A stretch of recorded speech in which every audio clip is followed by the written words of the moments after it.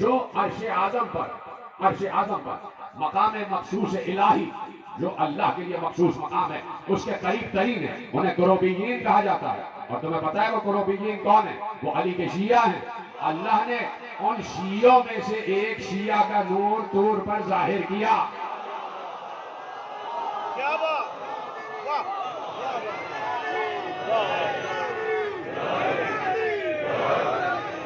اور جو فرمایا آپ نے، تو اب ضروری ہے کہ حجاب ہو۔ میں تو وہیں پر ہوں، پتہ نہیں آپ کہاں گئے، سب میرے ساتھ ہیں۔ ضروری ہے کہ حجاب ہو۔ علی اللہ اور مخلوق کے درمیان حجاب کا نام ہے، حجاب کا نام ہے۔ حجاب ہونا ضروری ہے، حجاب ہونا ضروری ہے۔ یعنی حجاب کی دو کیفیتیں ہوتی ہیں، حجاب کی دو حیثیتیں ہوتی ہیں، حجاب کی دو حیتیں ہوتی ہیں، حجاب کے دو زاویے ہوتے ہیں، حجاب کے دو رخ ہوتے ہیں، حجاب کے دو رخ ہوتے ہیں، دو رخ، حجاب کے دو رخ ہوتے ہیں۔ یہ حجاب پڑا ہوا ہے، یہ حجاب پڑا ہوا، اس کے دو رخ ہیں، ایک اس طرف ہے اور ایک اس طرف۔ واہ واہ واہ واہ واہ، پتہ نہیں میرا جملہ آپ تک پہنچا ہی نہیں پہنچا۔ یہ حجاب ہے نا، یہ بیچ میں حجاب ہے، اس کے دو رخ ہیں، ایک پس پردہ خواتین کی طرف اور ایک ہماری طرف۔ اس حجاب نے ہمیں خواتین کو دیکھنے سے روکا ہوا ہے، واہ واہ واہ واہ، کیا بات، اور اس حجاب کے دو رخ ہیں۔ ہم نہیں جانتے کہ حجاب کے اس طرف کیا ہے، ہم نہیں جانتے کہ حجاب کے اس طرف کیا ہے، لیکن حجاب دونوں طرفوں کو جانتا ہے۔ تو علی اللہ اور مخلوق کے درمیان حجاب ہے، اللہ کو بھی دیکھ رہا ہے، مخلوق کو بھی دیکھ رہا ہے۔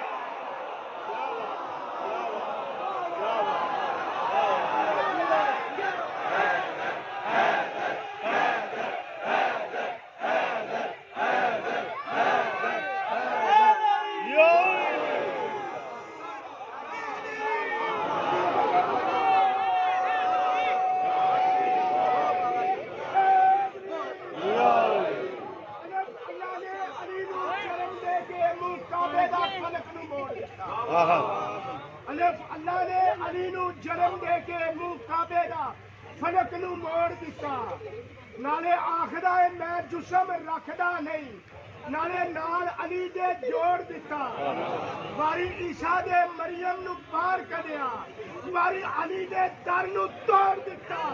علی حق کے نعرہ ہے، کیا بات، کیا بات، توجہ فرمائی آپ نے۔ علی حجاب ہے، اور اس حجاب کا ہونا ضروری ہے کہ وہاں سے لے اور یہاں دے، وہاں سے لے یہاں دے۔ اب اس استدلال کی میرے پاس ایک محکم دلیل موجود ہے، اور وہ دلیل کم و بیش میرے پاس اس کے 5 حوالے ہیں اہل سنت کے، کہ جنہوں نے یہ حدیث لکھی ہے، اور حوالوں کی ضرورت بھی نہیں ہے، اس لیے کہ حدیث ویسے ہی سمجھ میں آ جاتی ہے، بہت آسان حدیث ہے۔ پیغمبر نے ارشاد فرمایا کہ اللہ معطی وانا القاسم، اللہ مجھے دیتا ہے اور میں تقسیم کرتا ہوں، اللہ مجھے عطا کرتا ہے اور میں تقسیم کرتا ہوں، یعنی وہ براہ راست عطا نہیں کرتا، کسی کا وسیلہ ہے تو عطا کرتا ہے، وسیلے کا وہ قائل ہے، اللہ وسیلے کا قائل ہے اور اللہ وسیلے کا خالق ہے۔ وسیلہ بنانے والا اللہ ہے، وہ وسیلے کے ذریعے ہم تک پہنچا ہے، اور ہر کسی تک وسیلے کے ذریعے پہنچتا ہے، ہر کسی تک وسیلے کے ذریعے پہنچتا ہے۔ چپ ہو گئے آپ، یعنی یہیں پر مجھے بات کو موڑ دینا تھا، لیکن آپ نے مجھے روک لیا۔ وہ وسیلے کا قائل ہے اور وہ وسیلوں کا خالق ہے، اسی نے وسیلے خلق کیے۔ وہ خود کہتا ہے وَيُنَزِّلُ الْغَيْثَ، میں بارش برساتا ہوں، اور پھر ایک مقام پر کہتا ہے کہ کچھ فرشتوں کو میں نے بارش برسانے پر مامور کیا ہوا۔ وہ کہتا ہے کہ وَيَعْلَمُ مَا فِي الْأَرْحَامِ، مجھے معلوم ہے کہ ماؤں کے شکم میں کیا ہے، لیکن کچھ فرشتوں کو معین کیا ہوا ہے کہ اس شکم میں بیٹا بنا دو، اس شکم میں بیٹی بنا دو، یعنی وہ وسیلہ بناتا ہے، وہ وسیلے کا قائل ہے، وسیلے کا قائل ہے۔ اب میں آپ کے سامنے قرآن کی ایک آیت اور قرآن کی ایک روایت پیش کرتا ہوں، اجازت ہے تو میرے ساتھ ہے۔ یہ قرآن کی ایک آیت اور قرآن کی روایت، جناب مریم سلام اللہ علیہ، سلام ہو ہمارا اس پاک بی بی پر، بطول بی بی پر، کہ ہیں بیت المقدس، وہیں پرورش ہوئی، وہیں پر پرورش ہوئی، وہیں پر پروان چڑھی، کوئی اندر نہیں آ سکتا اور مریم باہر نہیں جا سکتا۔ اگر کوئی اندر آ سکتا ہے تو جناب زکریا، باہر جاتے ہیں تو تالا لگا کے چلے جاتے ہیں، اور جب گھر میں آتے ہیں، جب بیت المقدس میں آتے ہیں، جب مسجد میں آتے ہیں تو پھر جناب مریم سے بات چیت ہوتی ہے، اور وہاں پر پہلے سے قسم ہا قسم کے کھانے رکھے ہوئے دیکھتے ہیں، پوچھتے ہیں یا مریم ان لک ھذا، یہ کہاں سے آیا، یہ کہاں سے آیا؟ جناب مریم نے کہا ان اللہ یرزق من یشاء بغیر حساب، اللہ بھیجتا، اللہ مجھے کھانے بھیجتا، یعنی عرش سے کھانا آتا ہے، عرش سے کھانا آتا ہے۔ تو جناب مریم وہ ہیں کہ جن کے گھر میں عرش سے کھانا آئے، فرشتے عرش سے کھانا لائیں، ہاتھ بلند ہو گئے، اس کا مطلب ہے کہ جملہ پہنچ گیا، نہیں پہنچا تو آپ پہنچا دیتا ہوں۔ مریم وہ ہیں کہ جن کے گھر پر فرشتے کھانا لائیں، اور زہرا وہ ہیں جن کے گھر سے فرشتے کھانا لے جائیں۔ کیا بات، کیا بات، کیا بات، زہرا واہ واہ واہ واہ،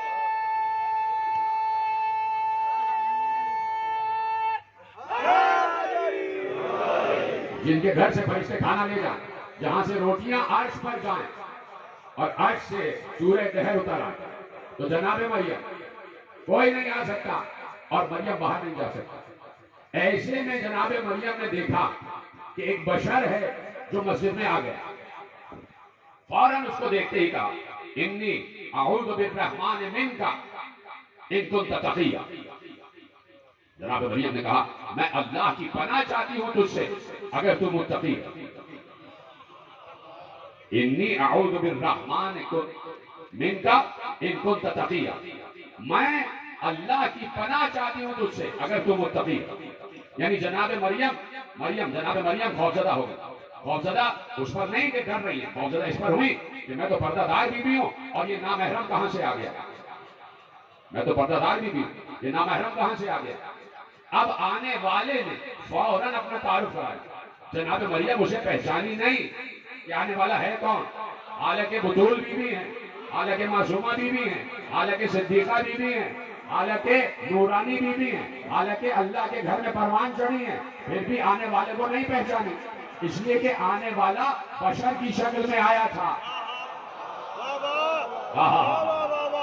سلامت رہنا، آنے والا بشر کی شکل میں آیا تھا، تو فوراً آنے والے نے کہا گھبراؤ نہیں مریم، انی انا رسول ربک لأہب لک غلاما زکیہ، میں تمہارے رب کی طرف سے قاصد بن کر آیا ہوں، میں تمہارے رب کی طرف سے رسول بن کر آیا ہوں، میں انسان نہیں ہوں، فرشتہ ہوں، اور فرشتہ نور ہوتا ہے، جب نور لباس بشر میں آیا تو مریم جیسی بی بی بھی نہ پہچان سکی، کیا بات، کیا بات، کیا بات، مریم جیسی معصومہ بی بی بھی نہ پہچان سکی۔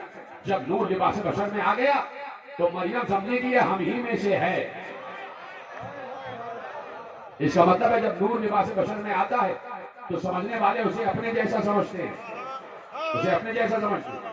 اور آنے والے نے کہا انی انا رسول ربک لأہب لک غلاما زکیہ، میں تمہاری رب کی طرف سے رسول بن کر آیا ہوں، میں فرشتہ ہوں، میں جبرائیل ہوں، اور میں اس لیے آیا ہوں تاکہ تمہیں ایک پاک بیٹا عطا کروں، لأہب لک غلاما زکیہ، تاکہ میں تمہیں عطا کروں بیٹا۔ کہاں بیٹھے ہیں آپ؟ لأہب لک غلاما زکیہ، تاکہ میں تمہیں بیٹا عطا کروں، میں جبرائیل کہہ رہے میں تمہیں بیٹا عطا کروں۔ ہاتھ جوڑ کر جبرائیل سے کہو جبرائیل یہ کیا بدعت کر رہے ہو، یہ کیا شرک کر رہے ہو، بیٹے تو اللہ عطا کرتا ہے، تم کیسے عطا کر رہے ہو، بیٹے تو اللہ عطا کرتا ہے۔ لأہب لک غلاما زکیہ، جناب مریم سے کہہ رہے ہیں تاکہ تمہیں بیٹا عطا کروں، یعنی جبرائیل کہہ رہے میں بیٹا عطا کروں، میں بیٹا عطا کروں، عطا کرنے والا تو اللہ ہے۔ تو جبرائیل کو کہنا چاہیے تھا کہ اللہ تمہیں بیٹا دینا چاہتا ہے، اللہ نے یہ خبر دے کے مجھے بھیجا ہے. یہ نہیں کہا میں تمہیں بیٹا دوں گا، میں تمہیں بیٹا دوں گا. تو اب کیا سمجھ میں آئی بات؟ یہی سے میں نے بات موڑی تھی کہ کام ہے اللہ کا، وسیلہ ہے جبرائیل. کہہ دیا بھائی جملہ، یعنی جملہ لے جائیے، مشیت خدا کے سائے میں جبرائیل معصوم ہے نا، تو اب جملہ لیجئے، جملہ سمجھیے گا میں کیا کہنے جا رہا ہوں. یعنی اس منظر نے یہ بتایا کہ مشیت خدا کے سائے میں جو کام بھی معصوم کرتا ہے وہ کام معصوم ہی کا کام کہلاتا ہے. سلامت رہیں آپ. پیچھے والے حضرات پیچھے رہ گئے، میں تو سمجھ رہا کہ جملہ آپ تک پہنچ جائے گا. اللہ کی مشیت کے تحت کوئی معصوم اگر کام کرتا ہے تو وہ کام معصوم ہی کا کام کہلاتا ہے. پھر معصوم یہ کہہ سکتا ہے کہ میں ایسا کروں گا، اس لیے کہ اللہ کی مشیت کے سائے میں ہو رہا ہے. معصوم کہہ سکتا ہے کہ میں کروں گا، میں کرتا ہوں. معصوم کہہ سکتا ہے کہ میں کرتا ہوں، اس لیے کہ معصوم مشیت خدا کے سائے میں کام کر رہا ہوتا ہے. اب علی چونکہ مشیت خدا کے سائے میں کام کر رہے تھے، اس لیے علی نے کہا میرے حکم سے زندہ ہو جا.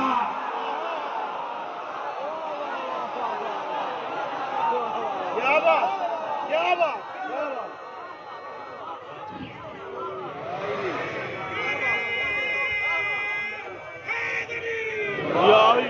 میرے حکم سے زندہ ہو جا.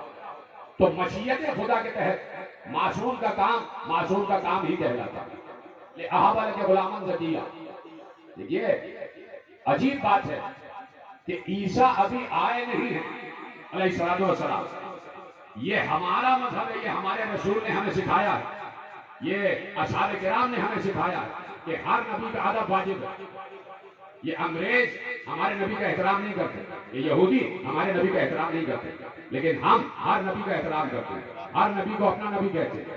ہم جناب عیسیٰ کا بھی احترام کرتے ہیں، ہم جناب موسیٰ کا بھی احترام کرتے ہیں، اس لیے کہ ہمارے نبی نے بتایا کہ یہ ماں سبق انبیاء گزر چکے، یہ ماں سبق انبیاء گزر چکے. تو جناب عیسیٰ علیہ السلام ابھی دنیا میں آئے نہیں، آنے کی خبر آئی ہے، آنے کی خبر آئی ہے. ابھی آئے نہیں، آنے کی خبر آئی ہے. اور جب آنے کی خبر آئی ہے تو آنے سے پہلے جناب، یہ جملہ محفوظ کیجئے گا جملہ ضائع نہ ہو، عیسیٰ کے آنے سے پہلے جناب عیسیٰ کی عصمت کا اعلان ہو گیا. غلامن زکیہ ایک پاک بیٹا لے کر آ رہا ہوں، تمہیں ایک پاک بیٹا دوں گا، تمہیں ایک معصوم بیٹا دوں گا. یعنی جناب مریم کی گود میں جو بیٹا آئے گا، آنے سے پہلے اس کی عصمت کا اعلان ہو گیا. آنے سے پہلے اس کی عصمت کا اعلان ہو گیا. تو مریم کتنی پاک بیوی ہوگی بھائی؟ جس کی گود میں معصوم آنے والا ہو وہ خود بھی تو معصومہ ہوگی. میں تو بات کہی چکا، جس کی گود میں معصوم آنے والا ہو تو وہ گود بھی تو معصوم ہوگی. مریم کی گود میں ایک معصوم آنے والا تھا تو مریم کتنی بڑی معصومہ. خدیجہ کی گود میں تو 12 معصوم آنے والے تھے. کیا بات، واہ واہ واہ واہ، ماشاءاللہ. خدیجہ کتنی بڑی معصومہ ہوئی. اور جملہ لے جاؤ، چونکہ مریم معصومہ تھی اور مریم کے دور میں کوئی دوسرا معصوم نہیں تھا، مریم کے دور میں کوئی دوسرا معصوم نہیں تھا، اس لیے اللہ نے مریم کو بغیر شادی کے رکھا.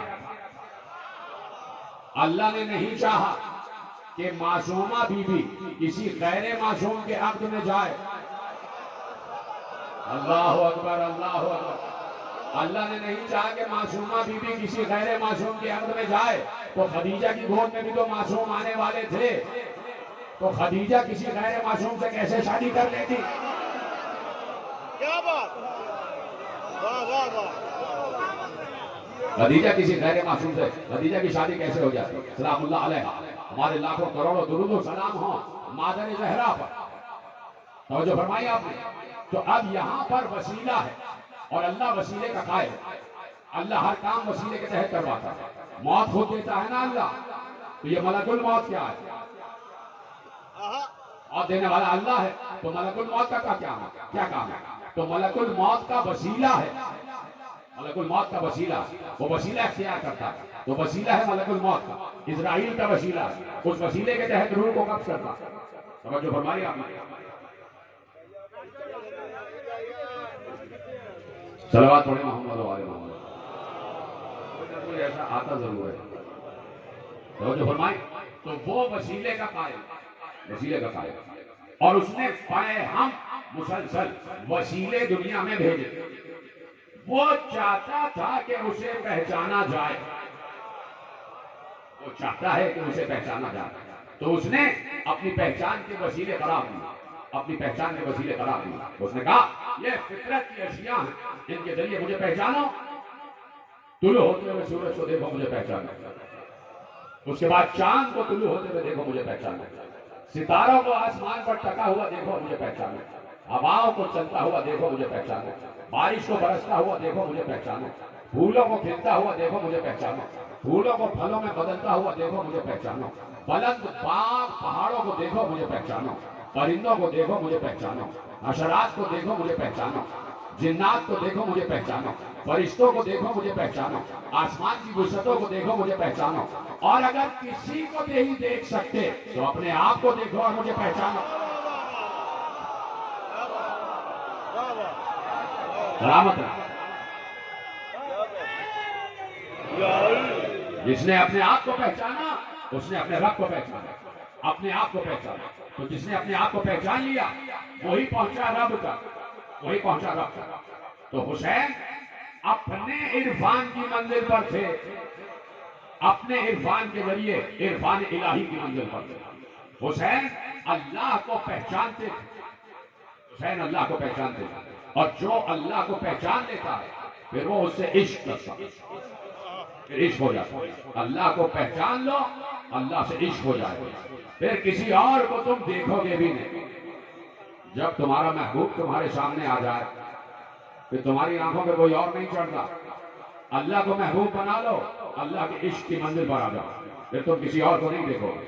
تو حسین نے اللہ سے عشق کیا، عشق کیا، اور اللہ نے کہا کہ میں دیکھنا چاہتا ہوں حسین تم عشق کی کس منزل پر ہو، کس منزل پر ہو۔ پروردگار اس منزل عشق پر ہو کہ جو کچھ میرے پاس ہے وہ سب تیری نظر کر دوں گا، جو کچھ میرے پاس ہے وہ سب تیری نظر کر دوں گا۔ پروردگار میری سب سے قیمتی شے میری اولاد ہے، میرا خون ہے، پروردگار اس خون کو تیرے حوالے کر دوں گا، یہ سب تیری قربانیاں تیری راہ میں قربان کر دوں گا۔ میرا مال و متاع لٹ جائے، میرے عزیز قربان ہو جائے، میرے بچے میرے سامنے ذبح ہو جائے، یہاں تک کہ میرا سامان لٹ جائے، یہاں تک کہ میری بہن اسیر ہو جائے، پروردگار تیرے عشق کی منزل سے ہٹوں گا، دے دوں گا سب کچھ، جو کچھ میرا ہے وہ تیرا۔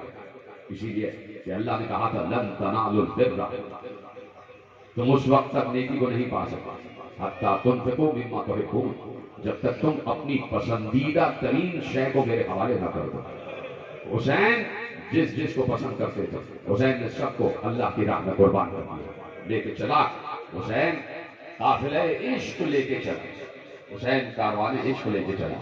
پہنچے جب مکے پہنچے تو جتنے بھی حاجی تھے سب حسین سے ملنے آئے، سب نے حسین کی قدم بوسی کی، 10 بوسی کی۔ ایک بار حاجیوں نے ادھر ادھر دیکھنا شروع کیا، حسین نے کہا کیا دیکھ رہے ہو، ادھر ادھر کیا دیکھ رہے ہو، آگے پیچھے کیا دیکھ رہے ہو؟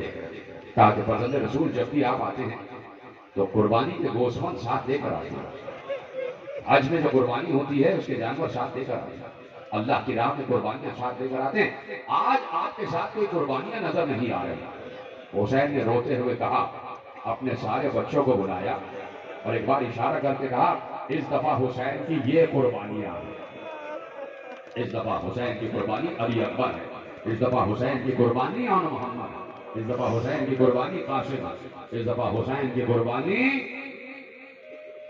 سنو گے آخری جملہ، اس دفعہ حسین کی قربانی 6 مہینے کا علی اصغر ہے۔ یہ ہیں حسین کی قربانیاں جنہیں حسین لے کر آیا ہے، جنہیں حسین لے کر آیا ہے۔ میں نے آپ سے کل بھی کہا کہ لاکھوں افراد حسین کے ساتھ آ گئے، لیکن حسین نے سب کو یہ کہہ کے سب کا امتحان لیا کہ ہم جا رہے ہیں، اپنا سر کٹانے جا رہے ہیں، اپنا گھر لٹانے جا رہے ہیں، جس کو یہ گوارا ہو وہ ہمارے ساتھ آ گا، تو ہمارے ساتھ آ گا۔ آتے گئے لوگ، آتے گئے لوگ، جاتے گئے، یہاں تک کہ حسین کے ساتھ شب عاشور 72 نفوس رہ گئے۔ یہ 72 وہ تھے کہ جنہوں نے آخر دم تک حسین کا ساتھ دینے کا اعلان کیا۔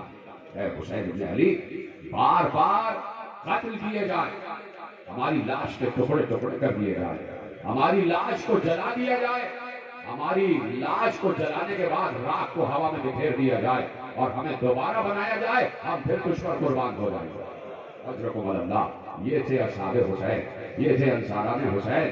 کیسے حر پیچھے رہ جاتا، حر کیسے پیچھے رہ جاتا، حر بھی آ گیا، دیکھ رہا تھا پوری شب عاشور حر نے جاگتے ہوئے گزاری۔ ضروری ہے نا کہ حر کا تذکرہ بھی ہو جائے، ضروری ہے کہ بریر حمدانی کا تذکرہ بھی ہو جائے، ضروری ہے کہ ہلال ابن نافع مجلی کا تذکرہ بھی ہو جائے، ضروری ہے کہ مسلم ابن اوسجہ کا تذکرہ بھی ہو جائے، ضروری ہے کہ حبیب ابن مظاہر کا تذکرہ بھی ہو جائے، ضروری ہے کہ زہیر ابن قین کا تذکرہ بھی ہو جائے، ضروری ہے کہ حنظلہ انصاری کا تذکرہ بھی ہو جائے، ضروری ہے کہ جان غلام کا تذکرہ بھی ہو جائے، ضروری ہے کہ بکیر ابن حر کا تذکرہ بھی ہو جائے، علی ابن حر کا تذکرہ بھی ہو جائے، ضروری ہے کہ شہدائے کربلا میں جتنے لوگ ہیں سب کا تذکرہ ہو جائے، ضروری ہے کہ عبداللہ ابن عباس کا تذکرہ ہو جائے، ضروری ہے کہ عمران ابن ابو الفضل عباس کا تذکرہ ہو جائے، ضروری ہے کہ عباس کے ایک اور بیٹے کا تذکرہ ہو جائے جسے فضل ابن عباس کہتے ہیں۔ عبید اللہ وہ تھے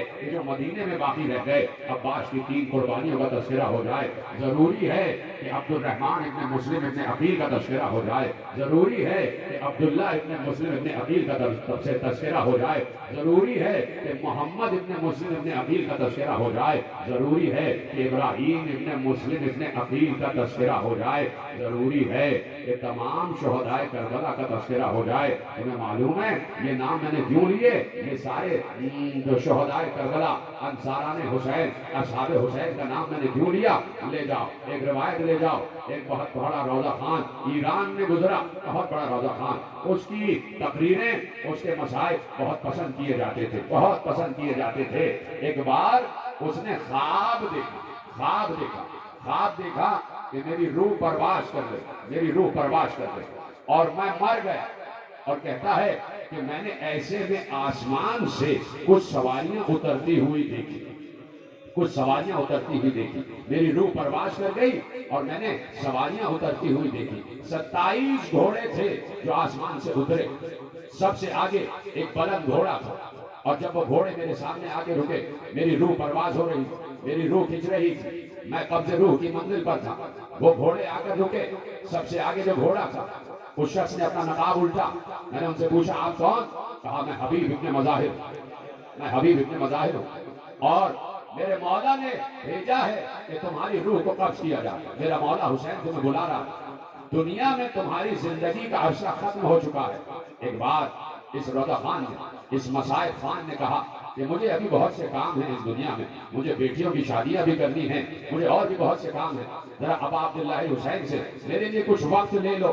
کہا اچھا تم یہاں رکو، میں حضرت ابا عبداللہ سے پوچھ کر آتا ہوں۔ وہ واپس پلٹے، کسی دربار میں گئے، تھوڑی دیر بعد واپس آئے اور کہا ہاں ابا عبداللہ حسین نے تمہاری زندگی کا عرصہ بڑھا دیا ہے، تمہاری زندگی کا عرصہ بڑھا دیا ہے۔ یہ کہہ کے واپس مڑے، ادھر سے اس روضہ خان نے، اس مسائب خان نے روکا اور کہا کہ آپ کون ہیں؟ کہا حبیب ابن مظاہر۔ کہا اور یہ 26 افراد کون ہیں؟ کہا یہ شہدائے کربلا ہیں، یہ کربلا کے شہید ہیں۔ سنو گے؟ اپنا ہاتھ سینے میں مار کر سننا۔ ایک بار اس روضہ خان نے کہا کہ میں نے تو یہ سنا تھا کہ کربلا کے 72 شہید ہیں، آپ تو کل 27 ہیں، کہا سنو، اپنی پوری زندگی میں ایک ذاکر حسین جتنے انصاران حسین کا تذکرہ کرتا ہے، اس کے مرنے کے وقت اتنے ہی انصار اسے لینے آتے ہیں۔ اس کی موت کے وقت اتنے ہی اصحاب اسے لینے آتے ہیں، اور تم بھی تو تذکرے سن رہے ہو نا، نہ معلوم کتنے اصحاب کے تذکرے تم نے سنے ہوں گے۔ تو یہ یقین رکھنا کہ جب بھی کوئی اس بزم دنیا سے اٹھ کر جاتا ہے، شہدائے کربلا اسے لینے آتے ہیں، تو یقیناً حور کا تذکرہ ہو رہا ہے، تو حور بھی آئیں گے، حور بھی لینے آئیں گے۔ رات بھر حور تڑپا، رات بھر حور مضطرب رہا۔ ایک بار بیٹے نے کہا کہ بابا کبھی آپ کو ایسا مضطرب نہیں دیکھا، کبھی آپ کو ایسا پریشان نہیں دیکھا، کیا بات ہے؟ بیٹے کا ہاتھ پکڑا، خیمہ گاہ حسینی کے قریب آئے اور کہا بیٹے یہ آوازیں سن رہا ہے، یہ آوازیں سن رہا ہے۔ بیٹے نے کان لگا کے آواز سنی تو ننھے ننھے بچوں کی آواز آ رہی تھی، آلاتاش آلاتاش آلاتاش، بابا ہمیں پیاس لگی ہے، چچا ہمیں پیاس لگی ہے، پھوپھی اماں ہمیں پیاس لگی ہے۔ کیا بیٹے تجھے معلوم ہے حسین کے بچوں کو اس منزل تک لانے والا میں ہوں، اگر میں حسین کو گھیر کر یہاں نہ لاتا تو حسین کے بچوں پر یہ وقت نہ آتا۔ بیٹے مجھے معلوم نہیں تھا کہ حالات اتنے گمبھیر ہو جائیں گے، حالات اس نہج تک آ جائیں گے کہ جنگ چھڑ جائے گی۔ بیٹے میں نے توبہ کا ارادہ کر دیا ہے، میں اب جاؤں گا فاطمہ کے لال کی خدمت میں جاؤں گا، میں حسین کی خدمت میں جاؤں گا۔ بیٹے نے کہا بابا میں بھی ساتھ چلوں گا، بھائی نے کہا بھائی میں بھی ساتھ چلوں گا، غلام نے کہا میں بھی ساتھ چلوں گا۔ یہ چار انسانوں کا قافلہ چلا، چار انسان چلے، حور کا بیٹا، حور کا بھائی، حور کا غلام، یہ چار چلا۔ حور نے کہا ایسے نہیں، میری آنکھوں پہ پٹی باندھ دو، میری آنکھوں پہ پٹی باندھ دو، میرے ہاتھوں میں رسیاں باندھ دو، اور مجھے غلاموں کی طرح لے کر چلو، مجھے قیدیوں کی طرح لے کر چلو، اس لیے کہ میں فرزند رسول کو دیکھنے کی ہمت نہیں کر سکتا، ان سے آنکھ ملانے کی جرات نہیں کر سکتا، اور مجھے معلوم ہے کہ وہ رحیم و کریم کے نمائندے ہیں، مجھے معاف کر دیں گے۔ اس طرح لے کر چلے، آنکھوں پہ پٹیاں بندھی ہوئی ہیں، ہاتھ میں رسی بندھی ہوئی ہے۔ ایک بار غلام نے کہا اللہ اکبر، حور نے کہا اللہ اکبر، کیوں کہا؟ کہا آقا آقا حسین کا غلام جان لینے آ رہا ہے، جان غلام حسین لینے آ رہا ہے۔ حور نے بھی کہا اللہ اکبر۔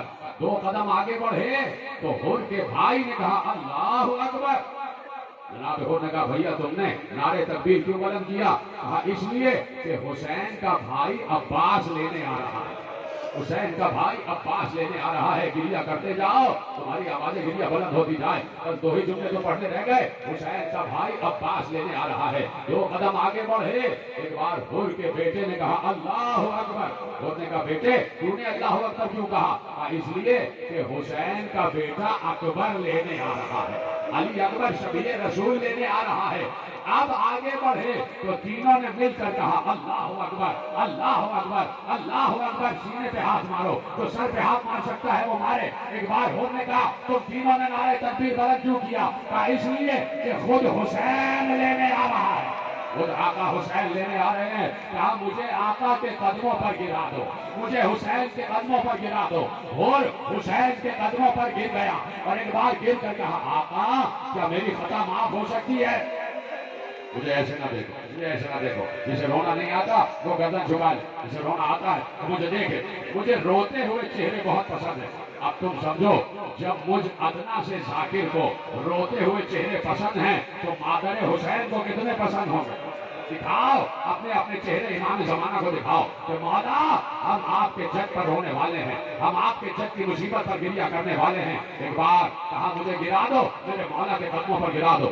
اور حسین کے قدموں پہ گرا، حسین جھک کر حور کے دوش پر ہاتھ ڈالا، حور کو اٹھایا، کندھے سے کندھا ملایا۔ حور نے روتے ہوئے کہا آقا کیا میری خطا معاف ہو گئی؟ کیا میری خطا معاف ہو سکتی ہے؟ سینے سے لگا کر حسین نے کہا حور میں نے معاف کیا، میرے اللہ نے معاف کیا، اور میں نے معاف کیا، میرے اللہ نے معاف کیا۔ ایک بار علی اکبر سے کہا علی اکبر حور کے آنکھوں کی پٹی کھول دو۔ علی اکبر آگے بڑھے، حور کے آنکھوں کی پٹی کھولی۔ حسین نے کہا اس کے بازوؤں کی، اس کی کلائیوں کی رسن بھی کھول دو، اس کے ہاتھوں کی رسیاں بھی کھول دو۔ ہاتھوں کی رسیاں کھول دی گئی۔ میں نے پڑھا اور تم نے سن لیا۔ اب ذرا یہ بھی سن لینا کہ کس سے کہا تھا کہ ہاتھوں کی رسیاں کھولو؟ سنو گے کس سے کہا تھا؟ کہا عباس اس کے ہاتھوں کی رسیاں کھول دو۔ عباس آگے بڑھے، ہور کے ہاتھوں کی رسی کھولی، میں کہوں گا مولا عباس، آقا حسین آج اور جیسے کمانڈر کے ہاتھوں کی رسیاں کھلوا رہے ہیں، ارے کل زینب کے ہاتھوں کی رسیاں کون کھلوائے گا؟ اجرکم اللہ، کل زینب کے ہاتھوں کی رسیاں کون کھلوائے گا؟ عباس کو پکارے گی ہر بیوی، اور عباس کا لاشا کنارے فرات تڑپ رہا ہوگا۔ لے گئے اور کو اپنے خیموں کی جانب لے گئے، مبارکبادی کا شور اٹھا، مبارکبادی کا شور اٹھا۔ زینب نے پوچھا مرزا کیا بات ہے، کیسی مبارکبادی کا شور ہے؟ کہا ہور آ گیا بی بی، ہور آ گیا نصرت حسین کو۔ تمہیں پتا ہے علی کی بیٹی نے ایک لفظ کہا کہ جاؤ ہور سے کہنا علی کی بیٹی سلام کہہ رہی ہے، علی کی بیٹی سلام کہہ رہی ہے۔ اور دوسرا پیغام یہ دے دینا، اے ہور تم ہمارے مہمان ہو، مہمان، اور میزبانی کا تقاضا یہ ہے کہ جب کیا سن رہے ہیں، میزبانی کا تقاضا یہ ہے کہ جب مہمان آتا ہے تو اس کی خاطر تواضع کی جاتی ہے۔ اے ہور، اے ہور، اے ہور، ہم معذرت چاہتے ہیں، تیری خاطر نہیں کر سکتے، اس لیے کہ 3 دن سے پانی بھی نہیں ہے، 3 دن سے کھانا بھی نہیں ہے۔ جیسے ہی ہور نے یہ سنا، اپنے سر کا امامہ پھینکا، منہ پر تماچے مارے، کہ مولا اب میں جب جانوں گا کہ میری خطا معاف ہو گئی کہ میرے بیٹے کو پہلے بھیجا جائے، پہلے میرا بیٹا شہید ہونے جائے، پھر مجھے شہادت کا عزم ملے۔ بڑی مشکل سے ہور کے بیٹے کو بھیجا۔ ایک کتاب میں علی ابن ہور نام لکھا ہے، دوسری کتاب میں بکیر ابن ہور، فقیر ابن ہور چلا، اپنے باپ سے اجازت لے کر چلا۔ بڑی مارکت العرا جنگ تھی، تھوڑی دیر بعد پلٹ کر آیا۔ بیٹے پلٹ کر کیوں آ گئے؟ کہا کہ پیاس لگ رہی ہے، شدت کی پیاس، پانی کا جام میسر آ رہا۔ اور نے کہا تم 3 دن سے پیاسے نہیں ہو، تم نے تو رات کو ہی پانی پیا، اب پانی کا نام نہ لینا، اس لیے کہ حسین کے بچے پیاسے ہیں، حسین کے بچے پیاسے، جاؤ بیٹے ایسے ہی جنگ کرو، اور میں راضی ہو جاؤں گا جب تمہارا لاشا میرے ہاتھوں پر ہوگا۔ علی ابن ہور نے جنگ کی، جنگ کرتے کرتے گھوڑے سے گرا، گرنے کے بعد آواز دی بابا میں گھوڑے سے گر گیا۔ ہور نے لجام فرش پر ہاتھ ڈالا، ابھی رکاب میں پاؤں رکھا ہی تھا، حسین آگے بڑھے، ہور کے ہاتھ پر ہاتھ رکھ کر کہا ہور کہاں جا رہا ہے، ہور کہاں جا رہا ہے؟ کہا آقا میرا کڑیل جوان بیٹا آواز دے رہا ہے، میرا ہاتھ کیا ماتم کر رہے ہو، کیا ماتم کر رہے ہو؟ ایسے ہی ماتم کرو، مجھے سب کے ہاتھ بلند ہونے چاہیے۔ آقا میرا جوان بیٹا آواز دے رہا ہے، میں اس کا لاشا اٹھاؤں گا۔ ہور کو سینے سے لگایا اور کہا ہور میں موجود ہوں نا، بوڑھا باپ جوان کا لاشا نہیں اٹھاتا۔ حسین گئے، ہور کے بیٹے کے لاشے کو لے کر آ گئے، ختم ہو گئی تقریر۔ ایک بار ہاتھ جوڑ کر حسین سے عرض کرو، اے آقا آپ تو کہہ رہے تھے بوڑھا باپ جوان کے لاشے کو نہیں اٹھاتا، ارے جب علی اکبر پکارے گا آپ گھٹنیوں کے بل جائیں گے، کبھی عباس کو پکاریں گے، کبھی حبیب کو، کبھی ابن حسین